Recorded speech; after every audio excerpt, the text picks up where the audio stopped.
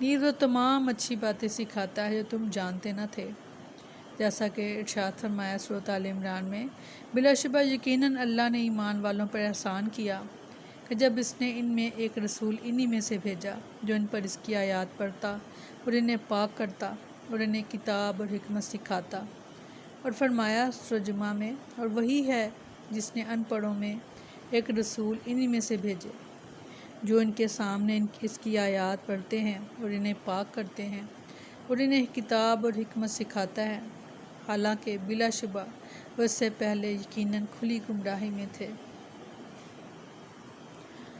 فَاذْکُرُونِی، پس تم مجھے یاد کرو، اذکرکم، میں تمہیں یاد کروں گا، واشکروا لی، اور تم میرا شکر کرو، ولا تکفرون، اور تم میری ناشکری نہ کرو۔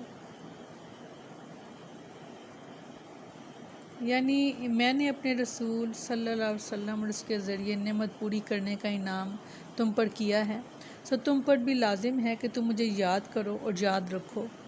ذکر کا معنی زبان سے یاد کرنا بھی ہے اور دل اور عمل سے بھی۔ ارشاد فرمایا سورۃ احزاب میں، اور اللہ کا بہت ذکر کرنے والے مرد اور ذکر کرنے والی عورتیں، ان کے لیے اللہ نے بڑی بخشش اور بہت بڑا اجر تیار کر رکھا ہے۔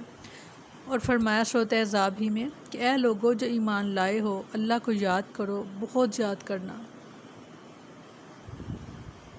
سیدنا ابو ہریرہ رضی اللہ عنہ بیان کرتے ہیں کہ نبی اکرم صلی اللہ علیہ وسلم نے فرمایا،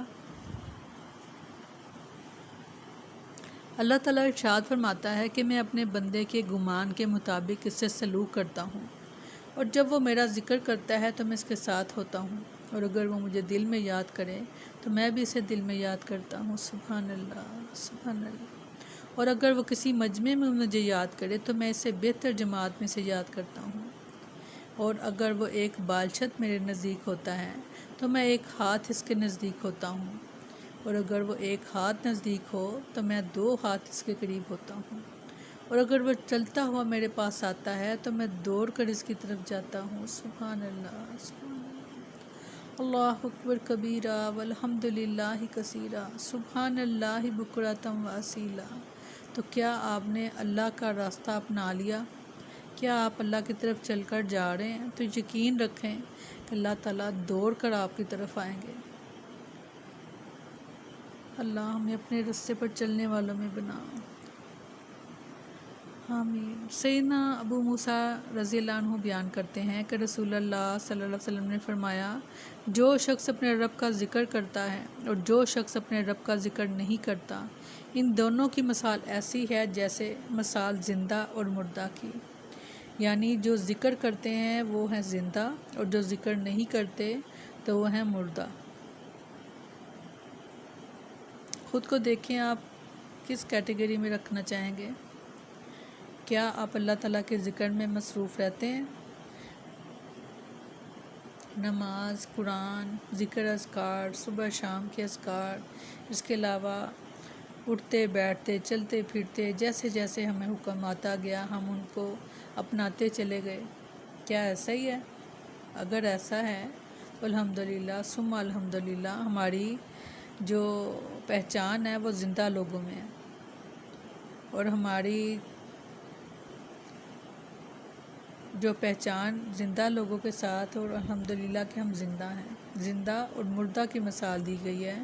جو ذکر کرتے ہیں وہ زندہ ہیں، اور جو ذکر نہیں کرتے وہ مردہ ہیں۔ تو آپ صلی اللہ علیہ وسلم کو اللہ تعالیٰ فرماتے ہیں کہ کیا آپ مردوں کو سنا سکتے ہیں؟ آپ تو زندہ ہی کو سنا سکتے ہیں۔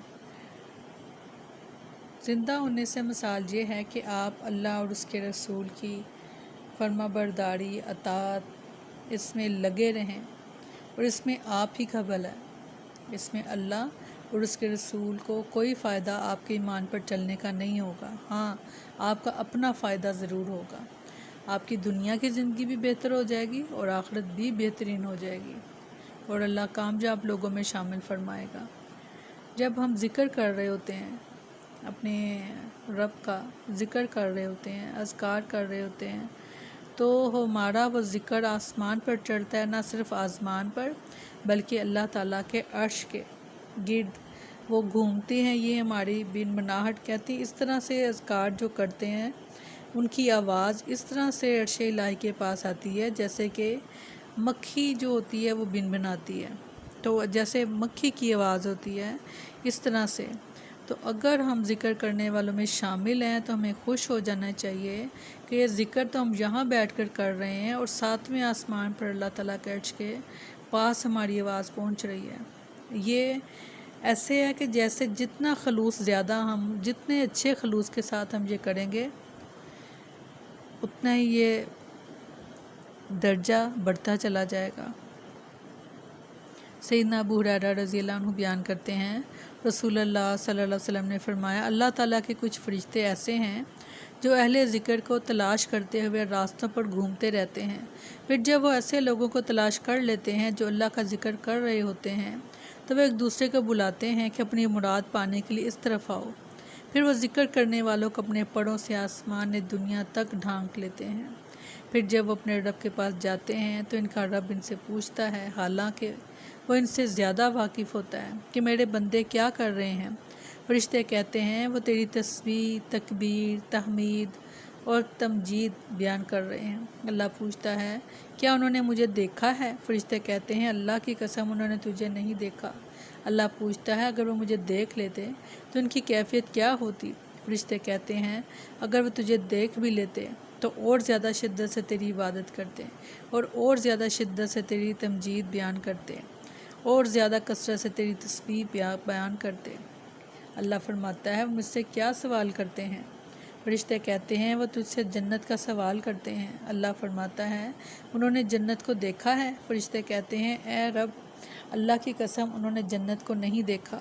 اللہ تعالیٰ فرماتا ہے اگر وہ دیکھ لیتے تو ان کی کیفیت کیا ہوتی؟ فرشتے کہتے ہیں پھر وہ جنت کی اور زیادہ حرص اور طلب کرتے اور ان کو اور زیادہ اس کی رغبت ہوتی۔ پھر اللہ پوچھتا ہے وہ کس چیز سے میری پناہ طلب کر رہے ہیں؟ فرشتے کہتے ہیں دوزخ سے۔ اللہ پوچھتا ہے کیا انہوں نے دوزخ کو دیکھا ہے؟ فرشتے عرض کرتے ہیں اللہ کی قسم انہوں نے دوزخ کو نہیں دیکھا۔ اللہ فرماتا ہے اگر وہ دوزخ کو دیکھ لیتے تو ان کا حال کیا ہوتا؟ فرشتے کہتے ہیں اگر اسے دیکھ لیتے تو وہ اور زیادہ اس سے بھاگتے اور ڈرتے۔ اللہ تعالیٰ فرماتا ہے اے فرشتوں میں تمہیں گواہ کرتا ہوں میں نے انہیں بخش دیا۔ سبحان اللہ، اللہ میں ان میں شامل فرمانا۔ ان میں سے ایک فرشتہ کہتا ہے فلاں شخص ان میں شامل نہیں تھا، وہ تو کسی کام سے آیا تھا۔ اللہ فرماتا ہے یہ ایسے لوگ ہیں ان کے پاس بیٹھنے والا رحمت سے محروم نہیں رہتا۔ سبحان اللہ، سبحان اللہ، سبحان اللہ۔ یعنی آپ ایسی مجلسوں کے پاس سے بھی گزرتے ہیں تو فائدہ آپ کو پھر بھی ملے گا، تو کیا پھر بھی آپ مس کریں گے ایسی جگہوں کو جہاں پر بیٹھ کر اللہ کا ذکر کیا جا رہا ہو؟ سیدنا ابو ہریرہ رضی اللہ عنہ بیان کرتے ہیں کہ رسول اللہ صلی اللہ علیہ وسلم نے فرمایا مفردون آگے بڑھ گئے، لوگوں نے کہا اے اللہ کے رسول کون لوگ ہیں جو آگے بڑھ گئے؟ رسول اللہ صلی اللہ علیہ وسلم نے فرمایا کثرت سے اللہ کا ذکر کرنے والے مرد اور عورتیں۔ سبحان اللہ، اللہ ہمیں اس گنتی میں شامل فرمائے، ان کامیاب لوگوں میں شامل فرمائے، آمین ثم آمین۔ سیدنا معاویہ رضی اللہ عنہ بیان کرتے ہیں رسول اللہ صلی اللہ علیہ وسلم صحابہ کے ایک حلقے کے پاس گئے، آپ نے فرمایا تمہیں یہاں کس چیز نے بٹھایا ہے؟ انہوں نے عرض کی ہم اللہ کا ذکر کر رہے ہیں اور اس نے جو ہمیں اسلام کی ہدایات دی، اس کے ذریعے ہم پر احسان کیا تو ہم اس کی تعریف کر رہے ہیں۔ رسول اللہ صلی اللہ علیہ وسلم نے فرمایا قسم اللہ کی اس چیز کے علاوہ تمہیں کسی اور چیز نے تو یہاں نہیں بٹھایا؟ انہوں نے کہا اللہ کی قسم اس کے علاوہ ہمیں کسی اور چیز نے یہاں نہیں بٹھایا۔ تو رسول اللہ صلی اللہ علیہ وسلم نے فرمایا میں نے تم سے قسم اس لیے نہیں لی کہ میں تمہیں جھوٹا سمجھتا ہوں، بلکہ بات یہ ہے کہ میرے پاس جبریل آئے اور انہوں نے یہ خبر دی کہ اللہ تعالیٰ فرشتوں میں تم پر فخر کر رہا ہے۔ سبحان اللہ، سبحان اللہ، سبحان اللہ، سبحان اللہ۔ شکر زبان سے بھی ہوتا ہے اور عمل سے بھی۔ عمل نعمت کے مطابق نہ ہو تو یہ شکر نہیں، نہ شکری ہے۔ ارشاد فرمایا سورۃ نمل میں اور جس نے شکر کیا تو اپنے ہی لیے شکر کرتا ہے اور جس نے ناشکری کی تو یقیناً میرا رب بہت بے پرواہ بہت کرم والا ہے۔ اور فرمایا سورۃ نساء میں اللہ تمہیں عذاب دینے سے کیا کرے گا اگر تم شکر کرو گے اور ایمان لے آؤ۔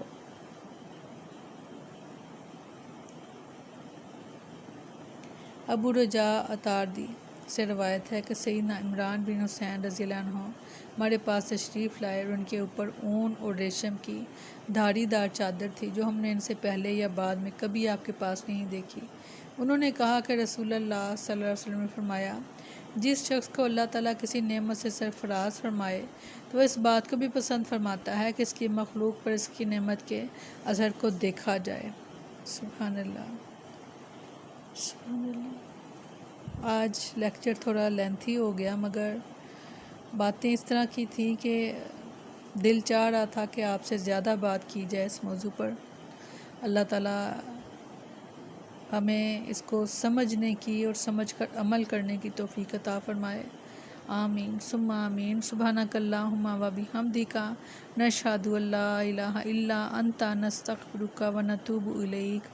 سبحان ربک رب العزت عما یصفون وسلام علی المرسلین والحمد للہ رب العالمین۔ السلام علیکم ورحمۃ اللہ وبرکاتہ۔ نحمدہ و